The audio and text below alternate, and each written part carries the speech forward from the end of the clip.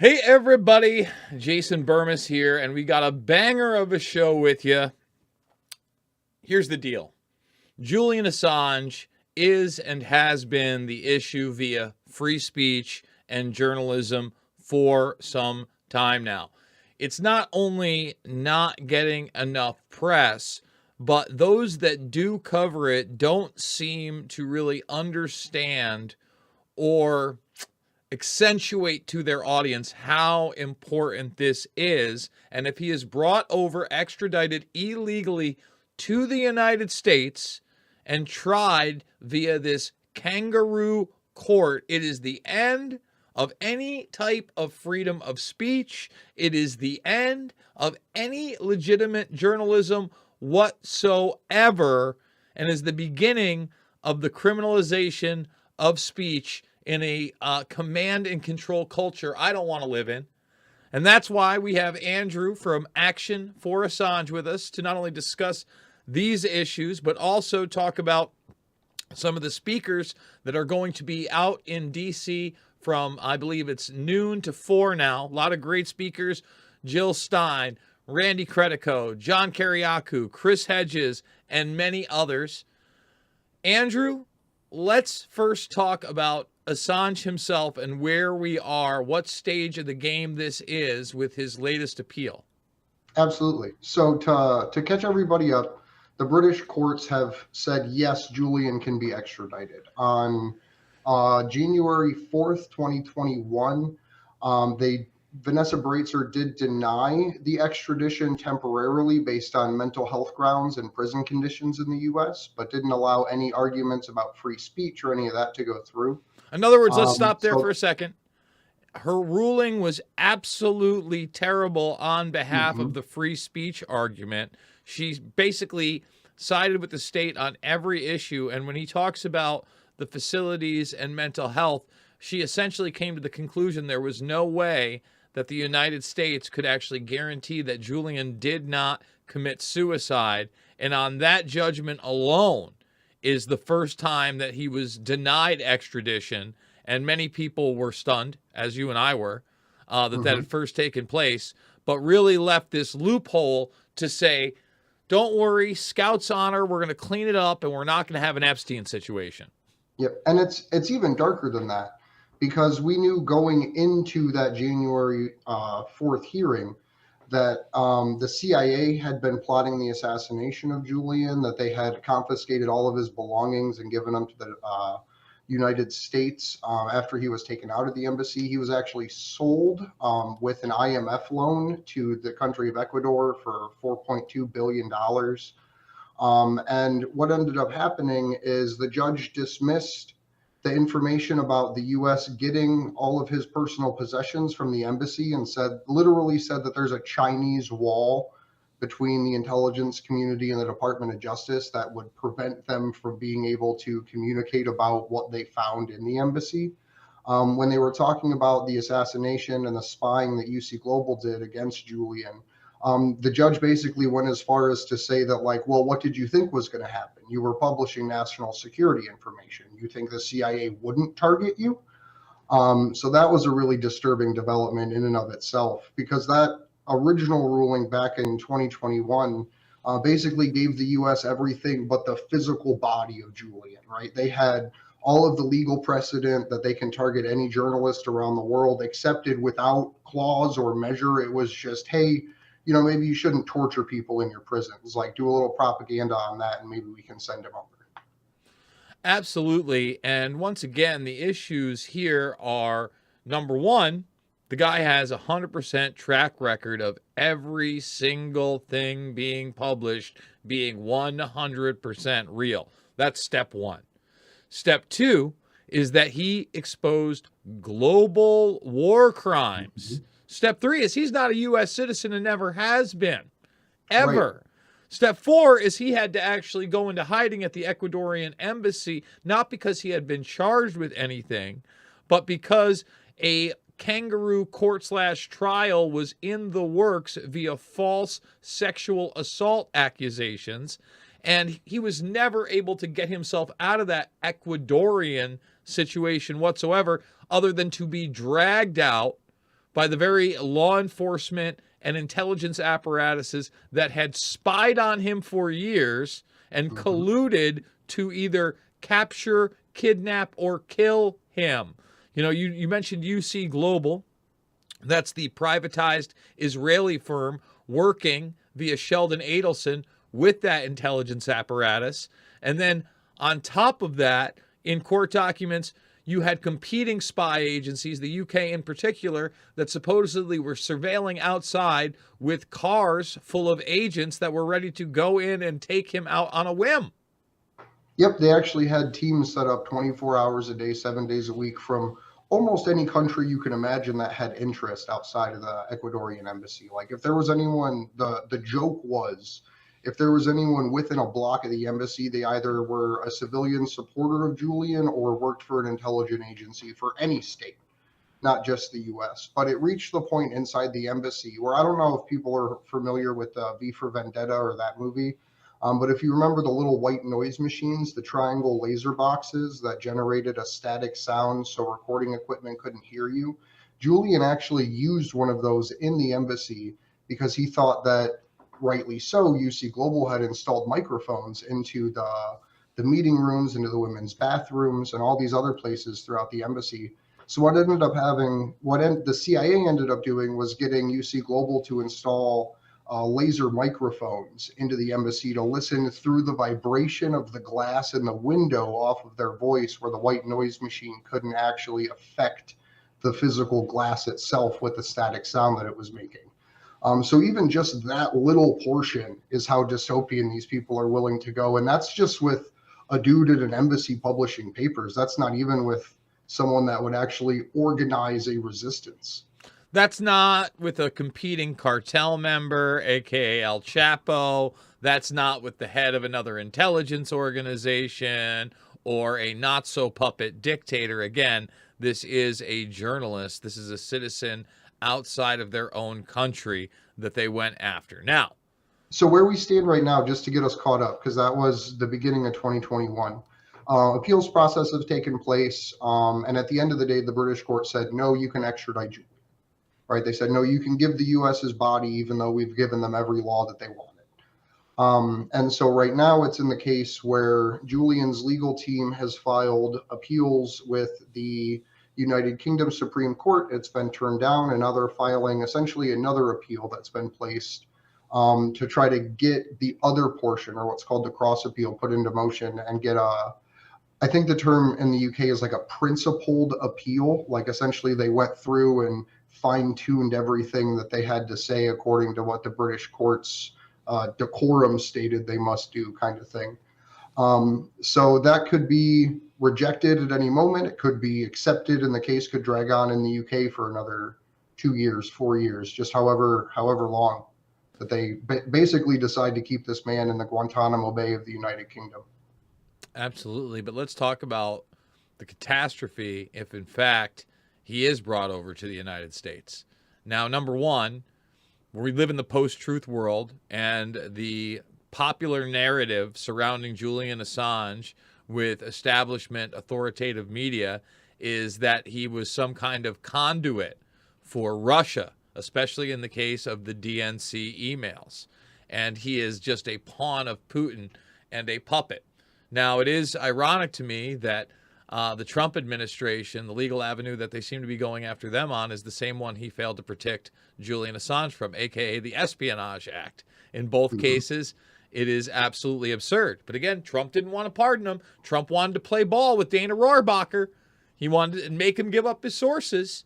He didn't want to get into reality land and actually stand up for the First Amendment like he should have. And again, for somebody who was foreign. So now we're in this spot that if Julian Assange is extradited, Andrew, he is going into a court system that does not have any real due process or protection of Julian whatsoever, and instead has 100% conviction rate. Speak to that. Yeah, I mean, if you look at John Kiriakou and the way that he describes his court trial, they're not even allowed to describe in words the information that was released, right? Because in the classification system, it doesn't matter if WikiLeaks published the information or not. It's not allowed to be discussed by the federal government in a forum that is not inside of a SCIF or other secure area. So what ends up happening is the judge will literally be reading the charges, and it'll say Julian Assange released literal, they'll insert words like bread or puppies or hairbrushes or whatever in regards to this case, to basically make the jury, who's already from national security country in Eastern Virginia, even more skeptical, because their families are working for the deep state, working for the intelligence community. They may not be people with security clearances themselves, but when they hear words that are where the situation's so dangerous, right, that the judge can't even use the words to describe what the crime is in an effective manner. And then, as the defendant in an Espionage Act case, you can't enter a public interest defense. So you can't say, well, yes, I may have released puppies about the hairbrush in the jail known as insert word. You can't even say you did that because someone was being tortured, because that torture was classified. That's what John Kiriakou ran into when he was trying to expose the war crimes and the programs of the United States, was we're not even able to discuss what is happening without using words that make it seem cartoonish. And let's break that down a little further. Kiriakou is the real deal, and how you know he's the real deal is that the media didn't fawn over him. All right. Instead, he was punished for daring to speak out against just the most simple types of torture, waterboarding, which is despicable enough. Assange published paperwork that showed that in Abu Ghraib, you had children being raped with battery acid at the end of broomsticks in front of their parents. Okay. Right. I just want to show levels to this, guys. And that's not to say that Kiriakou is any less of a hero. It's to point out that the atrocities that even the media spoke about and then demonized him for talking about were much less than what was publicly known via what Julian Assange released to the public. Now, when you see these other whistleblowers that are being protected, aka the Erica Caramello bars of the world where you can't even say their name, or this woman who's blowing the whistle on Facebook and election integrity and all this other Johnny nonsense. Yeah, that's not real. John Kiriakou is real, and John Kiriakou is going to be at this event speaking. Now, before we get into one of the other speakers, since we just talked about Kiriakou, I want to give a big list right here. And by the way, you can follow Andrew over here at Andrew Zygmunt on Twitter. And you got Eliza Blue, James Bovard, Reverend Annie Chambers, Ben Cohen, Marsha Coleman, I'm going to butcher Adebayo, Randy Credico, he's the next person I want to talk about, David DeCamp, Stephen Donziger, Chip Gibbons, Kevin Castolza, Chris Hedges, another big name, again, Kiriakou, Joe Laura, Garland Nixon, Sabrina Salavate, and Jill Stein. Let's talk Credico. For those who are unfamiliar with Randy Credico, let's give the Reader's Digest on how he works into the Assange world and how his association with Roger Stone was construed into this big piece of the Russian collusion scandal. Yeah, so Randy Credico has been one of the hosts running a show called The Countdown to Freedom for Julian for a very long time. Even before we started the vigils, he had done a few episodes. He's worked alongside of Misty, who's my cohort in all of this, Susie Dawson, Joe Loria. He's a fan of Roger Waters.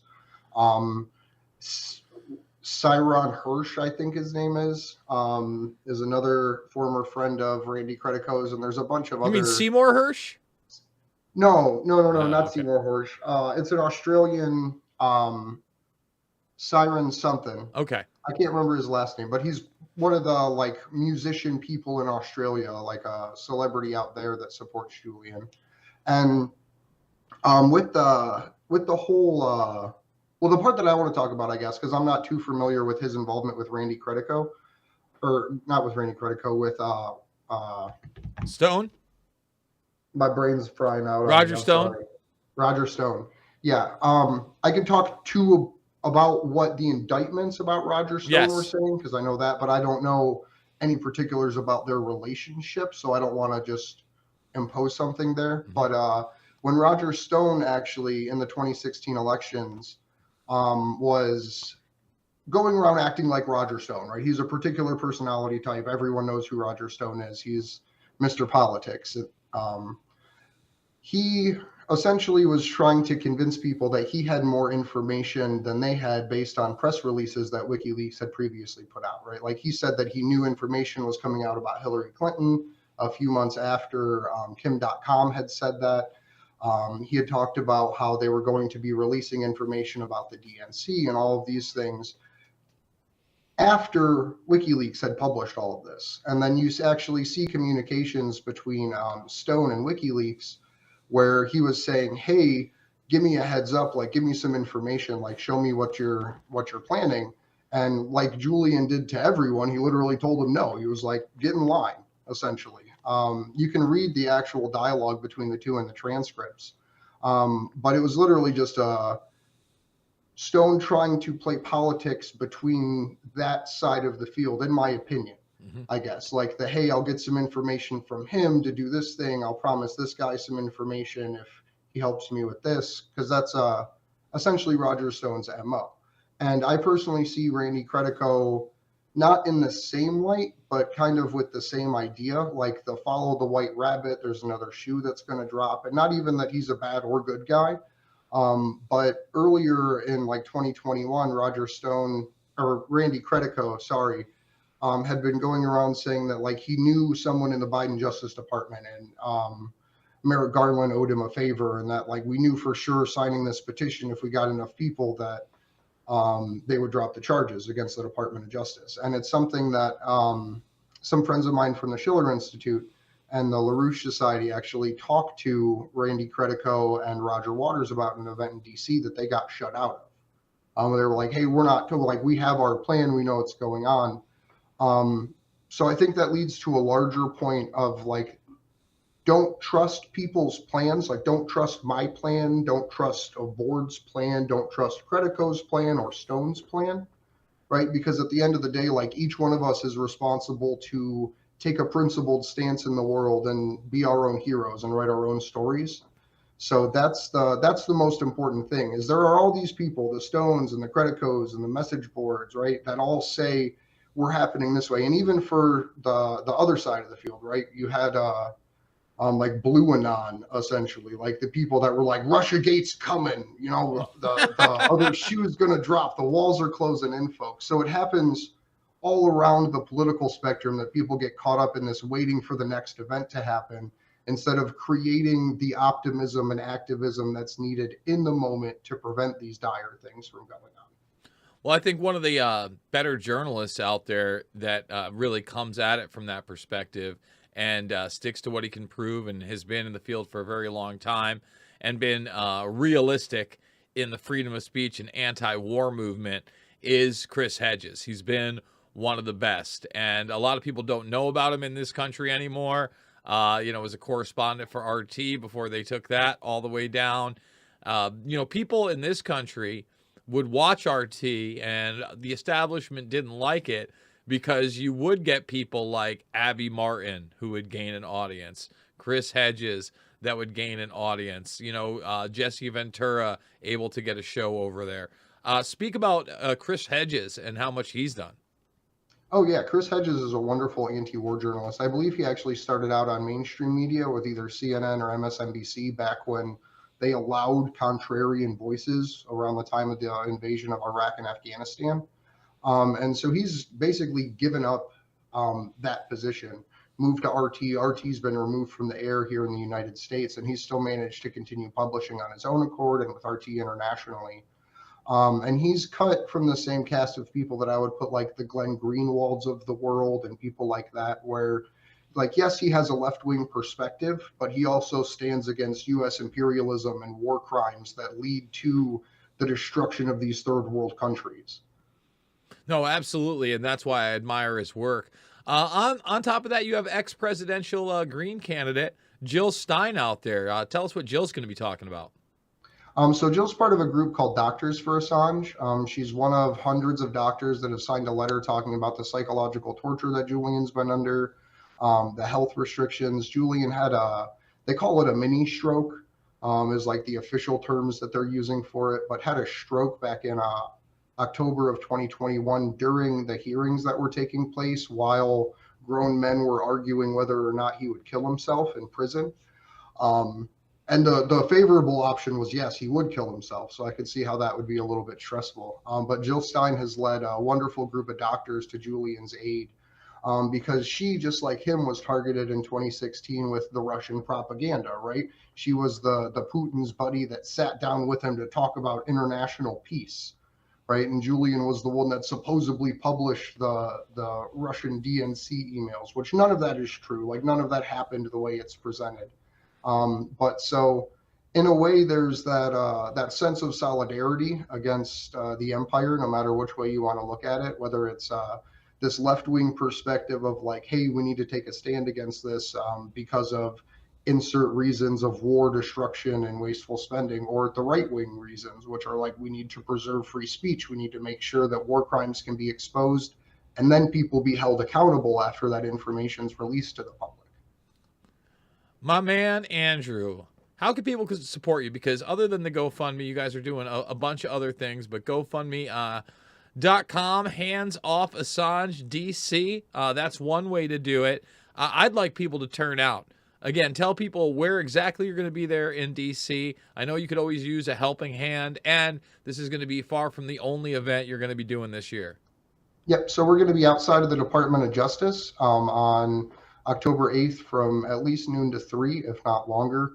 And the goal is to surround the Department of Justice. There's a whole group of us rowdy international Assange supporters that'll, organize through riots, pandemics, threats of nuclear war. So there's probably about 60 to 70 events planned around the world right now, and a bunch across the US. So I would recommend going to Candles for Assange on Twitter. They're the place that collects all of the different events that are going on. But if they want to support us, we do fundraise for one event at a time. We don't ask for continuing donations. We don't have like a Patreon or anything. So you can find that information on handsofassange.com. That's a new website that we just got launched up. And it also has the full list of the national and international Candles for Assange events too, because we do have some on the East Coast, West Coast, some in the middle of the country.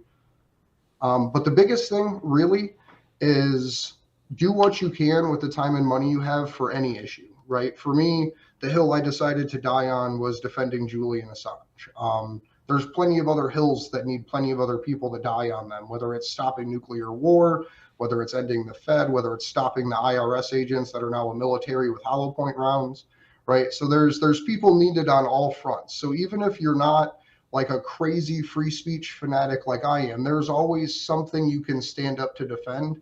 And there's a whole group of people nationally and internationally that'll support you for it. And if you're interested in putting an event up, hosting your own local event, we do have a spot on our website where you can submit your own protest, and we'll get it put up there for you. Because the goal is to get as many people acting without leaders as possible, right? Because we know what the CIA is capable of nationally and internationally, especially with the signature reduction programs and the COINTELPRO from the 70s. Signature reduction's the new big brother of that.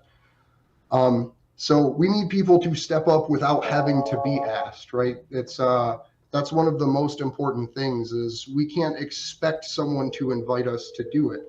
And if you're someone that needs an invitation, like this is it, like this is, please, like stand up for whatever it is that makes you want to fight back. All right, brother. Listen, I appreciate it. I know you've been working all day doing this segment with us. I look forward to seeing you on the 8th. Very much so. I'm going to let you go. And again, support Action for Assange. Thanks for joining me, Andrew. Thank you so much, buddy. You got it. There he is, Andrew from Action for Assange. I want to remind people to support this broadcast. The links are down below. You can also check out all my documentary films, Loose Change, Final Cut, Fabled Enemies, Invisible Empire, A New World Order Defined, and Shade the Motion Picture. We got a separate Assange bioweapon exclusive right now over at Red Voice Media. Join for just $1. Link below, redvoicemedia.net/. Jason, and we are going to be doing it 4 times a week, Monday through Thursday, live very shortly. I did a meeting about that today. You want to directly donate? I could use the donations, especially now that I know that I'm going to be having 2, not 1, but 2 in the next month, it looks like. Yeah, exactly. In the next month of these Clay Clark events. So I'm very excited to, I guess I'm going to be going to Branson, Missouri on top of everything. Need your support, need your donations. Rumble it up. That's where we find it free. Rockfin, another great way to support me. And of course, you can always thumbs it up, subscribe if you are new on the YouTubes. Guys, I love you. It's not about left or right. It's always about right and wrong. And I will see you on the flip side.